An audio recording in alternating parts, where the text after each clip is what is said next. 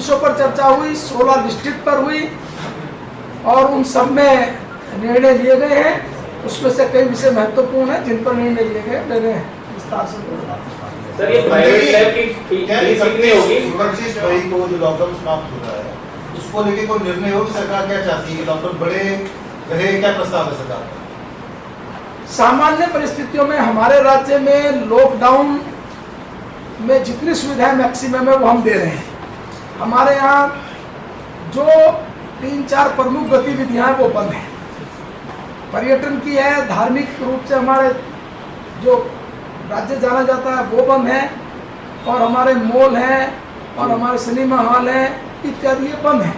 और हम लोगों ने पहले ही भारत सरकार से मांग की थी कि इनकी अनुमति राज्य सरकार को दे दी जाए।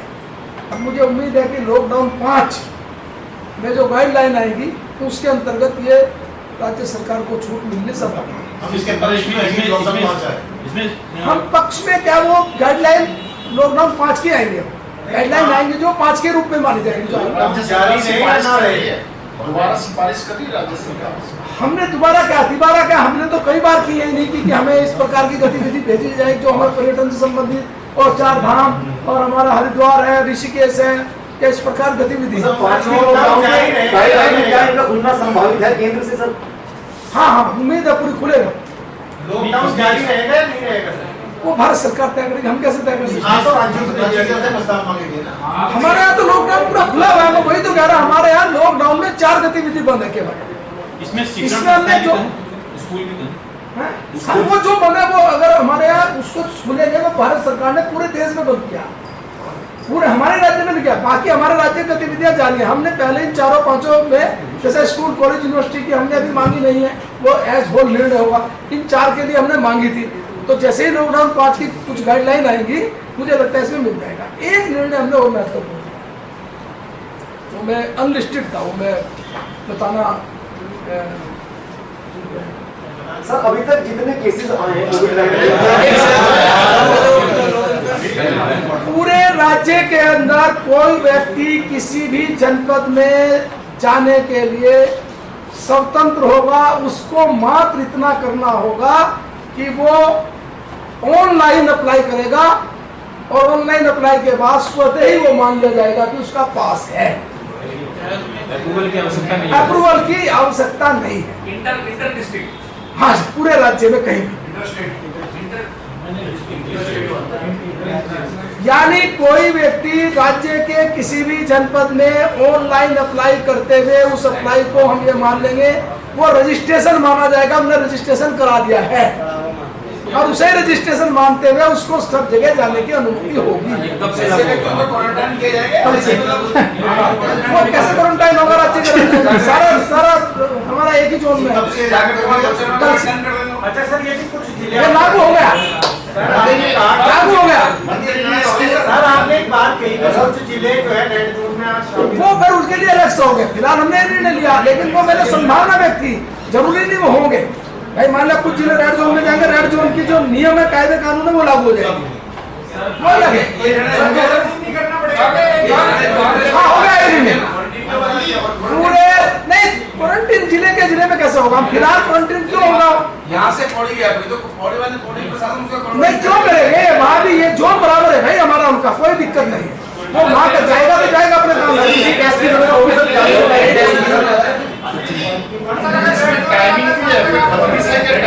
टाइमिंग अभी वही बत्तीस है जो भारत सरकार के रूल्स है। हाँ, वो रूल्स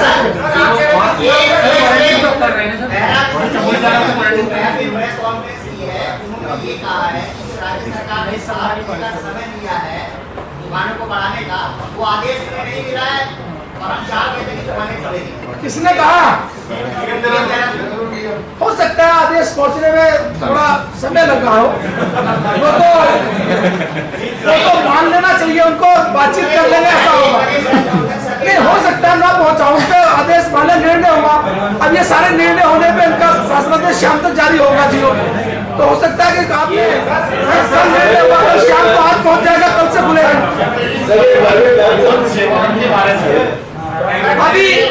अभी उस बारे में निर्णय करने वाले हैं।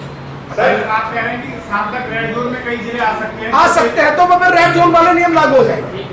सर अभी कितने केसेस आए हैं उसमें माइग्रेट कितने हैं? वो मैं पूरा बताऊं तो काफी कुछ है।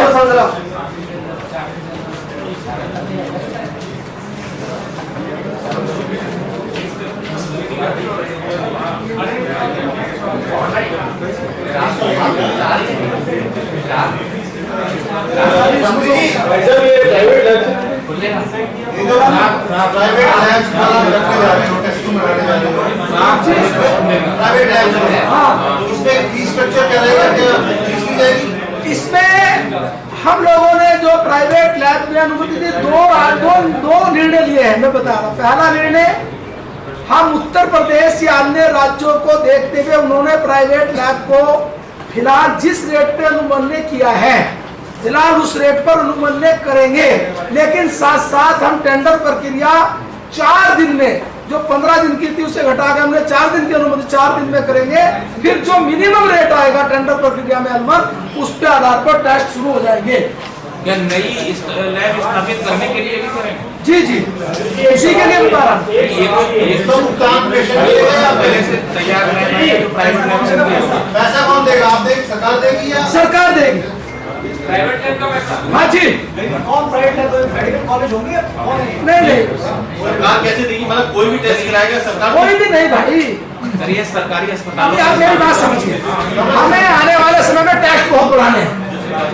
टैक्स बढ़ाने के लिए हमें लैब चाहिए। भारत सरकार ने IIT इत्यादि चलेगी, 3 तारीख से जो भी चलेगी उनकी बातचीत चल रही है, लेकिन हमें राज्य सरकार के स्तर पर भी चाहिए।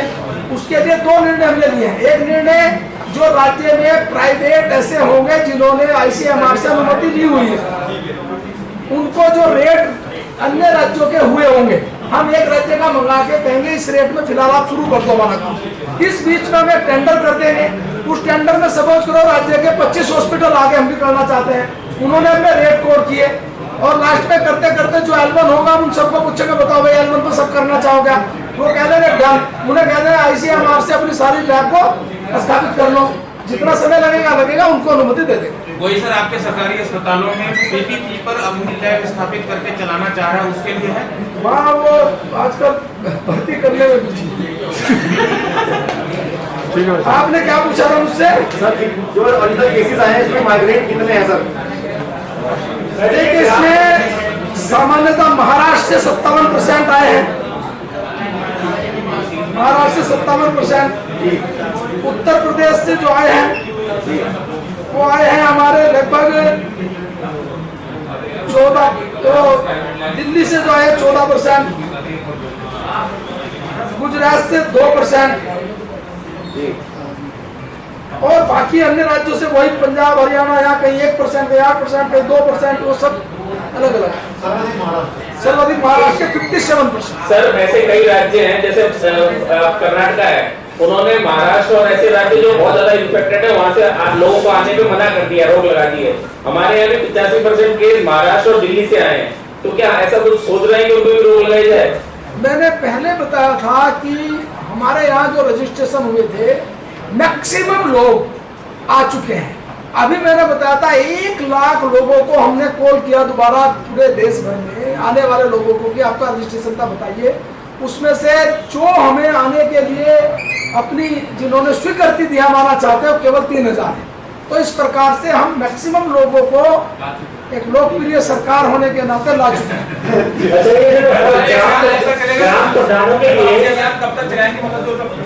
नहीं, अभी हमने पहले दिया था 3 दिन पहले, अब हमने कल तक फिर दे दिया। बताइए कोई है तो? जो बचे हुए हम बसों के माध्यम से लाएंगे। हम ट्रेन को अब हम कोशिश करें, ट्रेन वाले आदमी हमें नहीं मिल रहे हैं, ट्रेन जितनी संख्या नहीं मिल रही है तो बसों के माध्यम से लाएंगे। ग्राम प्रधानों के लिए जो क्वारंटाइन के लिए पैसा दिया गया है, कितना बजट दिया गया है, उसमें पहुंच गया है पैसा उन लोगों को?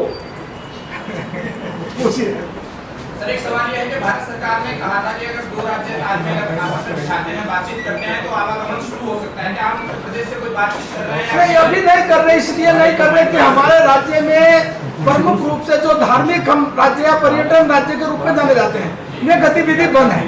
अगर ये गतिविधि खुलेंगी तभी हम राज्यों से बातचीत कर पाएंगे।